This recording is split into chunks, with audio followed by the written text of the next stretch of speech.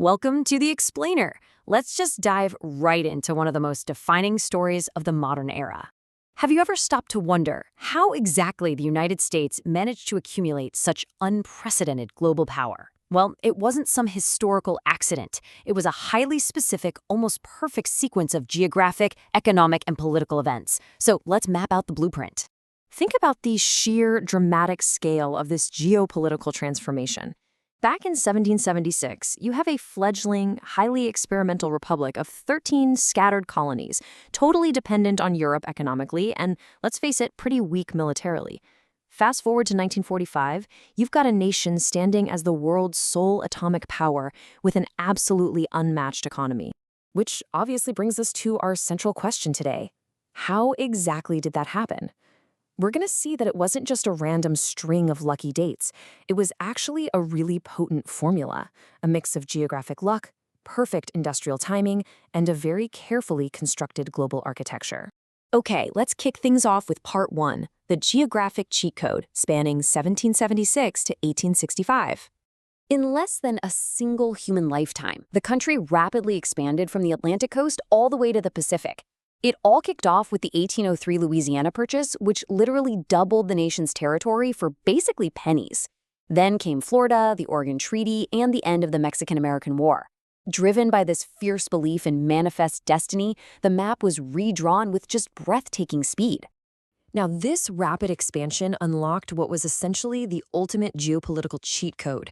Early America secured a massive, resource-rich landmass, brimming with farmland, timber, coal, iron, and eventually oil. But the real magic here, it formed a single, unified market of immense scale with zero internal tariffs. Plus, the whole thing was completely protected by two oceans, safely insulating it from the endless great power conflicts raging across Europe and Asia. Which brings us nicely to part two, the Great Industrial Engine, running from 1865 to 1900. 1894. That right there is the exact year the U.S. surpassed Britain to become the world's largest manufacturing economy. Industrial capitalism was completely taking over national policy, and booming sectors like steel, oil, and finance were churning out mega-titans. Think Carnegie, Rockefeller, and J.P. Morgan. But an industrial boom of that magnitude requires massive human fuel, right? And that's exactly what happened. Roughly 20 million immigrants arrived between 1880 and 1920. They supplied the immense labor, the grit, and the raw talent needed to actually power the rapidly expanding factories and cities booming across the country. Now, to physically connect this massive continental market, you needed serious infrastructure. The completion of the Transcontinental Railroad in 1869 was an absolute game changer. Unlike Europe, which was hopelessly divided by intense political fragmentation and hostile shifting borders, the U.S. had managed to forge an immense, seamlessly unified economic engine. All right, moving on to part three, emergence and isolation, covering 1898 to 1941. This era is fascinating because it highlights a deeply contradictory arc in American policy. First, the 1898 Spanish-American War yields overseas territories like the Philippines and Puerto Rico, signaling they're absolutely ready to project power. Then, a late entry into World War I transforms the U.S. into the world's leading creditor nation, while European economies are just shattered. Yet, ironically, during the interwar years, the U.S. retreats hard into political isolationism. They were desperately trying to avoid international entanglements, despite already being the indispensable economic engine of the whole world. And then, well, 1929 hits. The Great Depression devastated the American economy. But here's the catch. Because the U.S. was already so structurally central to global finance, it dragged much of the rest of the world down right alongside it. It proved once and for all that absolute isolation was a total fantasy. The world was already inextricably tied to American markets. This takes us to the real climax of the story, part four, the decisive global transformation, 1941 to 1945. World War II essentially made the shift to unipolar power totally inevitable. On one hand, you have the mainland economies of Britain, Germany, Japan, and the Soviet Union emerging from the war economically ruined, cities bombed to rubble, lands invaded. On the other hand, the American mainland was never invaded. It wasn't bombed. Instead, it mobilized its enormous industrial base as the untouched arsenal of democracy and actually managed to grow its economy by outproducing every other combatant nation combined. And the resulting data from this is just staggering. By 1945, the United States accounted for roughly half of all global manufacturing output, literally 50%. Throw in a dominant navy, a dominant air force, and a total monopoly on nuclear weapons, and the US was suddenly structurally unmatched on the global stage.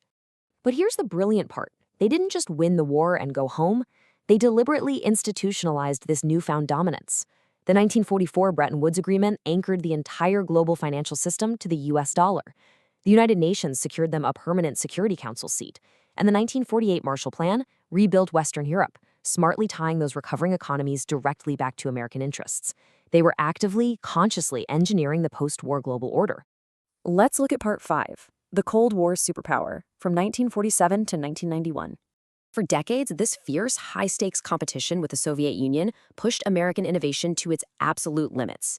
To contain Soviet influence, the U.S. built a massive worldwide network of military alliances like NATO and stationed forces on literally every continent.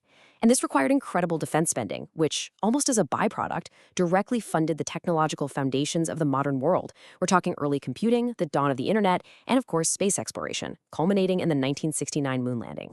And then came 1991. The collapse of the Soviet Union removed the only rival even capable of matching American military and ideological reach. So the U.S. enters this completely unprecedented unipolar moment, standing alone as the world's sole superpower for the very first time, a dominance that was heavily reinforced by the power of the dollar and the global spread of English-language media. Finally, Part 6, the superpower recipe as it stands in the present day. When you synthesize all these pieces, it's crystal clear. American supremacy was never a historical accident. It was a structural inevitability built on these exact pillars. You have ocean buffer geography, a unified market just overflowing with resources, sustained immigration providing vital talent and labor. Honestly, incredible timing, industrializing while two massive world wars completely devastated their rivals. And all of this was locked in by stable, rule-of-law institutions and a post-war architecture they basically designed themselves.